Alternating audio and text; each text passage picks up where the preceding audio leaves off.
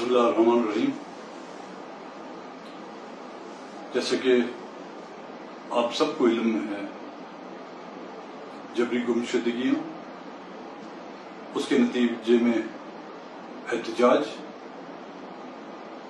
सड़कों पर एहतजाज, पार्लियामेंट में एहतजाज के तमाम दरवाजे बंद किए गए। कई सालों से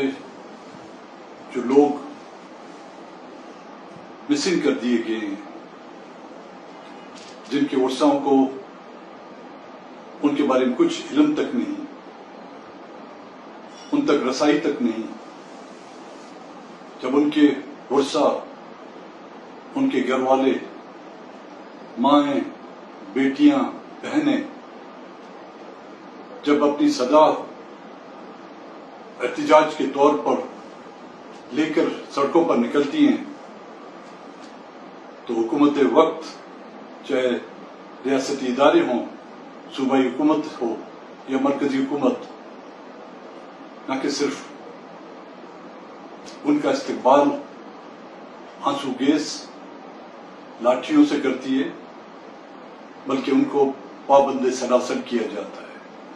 झूठे मुकदमात कायम किए जाते हैं, नाहक उनको कैदोबंद में बंद किया जाता है। अगर रियासत वाकईतन कोई रियासत होती तो उनकी दादरसी करती,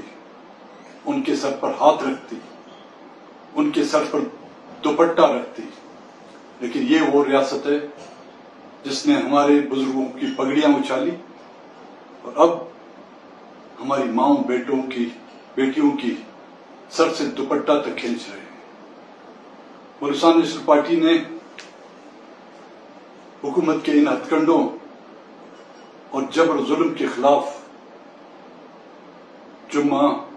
28 मार्च को वट से कोयटे तक लॉन्ग मार्च का ऐलान किया है,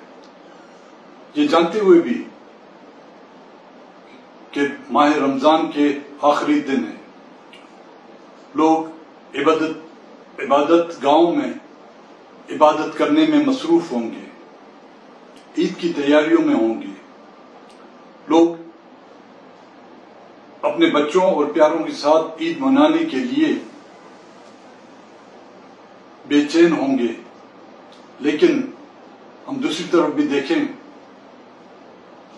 कई सालों से एक मां अपने बेटे के बगैर ईद मना रही है।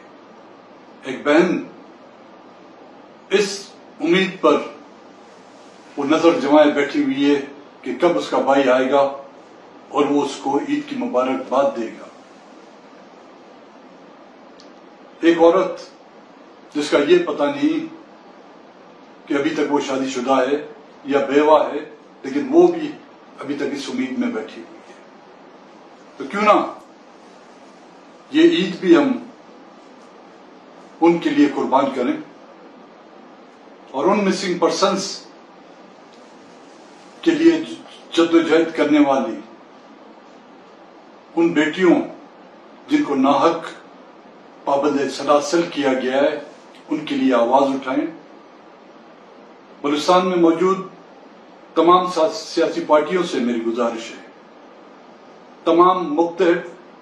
फिक्र के लोगों से, मजदूरों से, सियासी वर्करों से, वकलाओं से, जमींदारों से, कबायली उमायदीन से, किसी भी जबान या कौम से ताल्लुक रखने वाले हों, चाहे वो बलोच हों, पश्तून हों, हजारा हों या यहाँ के सेटलर हों, किसी भी मजहब से ताल्लुक रखते हों, आज हमें और आपको ये साबित करना होगा कि बलूचिस्तान की माएं बहनें लावारिस नहीं। जालावान से लेकर सरावान, सरावान से लेकर मकरान, चमन से लेकर कुचलाक, सिब्बी से लेकर डेरा बुगटी, कोलू से लेकर बारखान, दारबंदिन से लेकर खारान, नोशकी से लेकर खुजदार, रसबेला से लेकर बलूचिस्तान के मुख्तलिफ इलाके,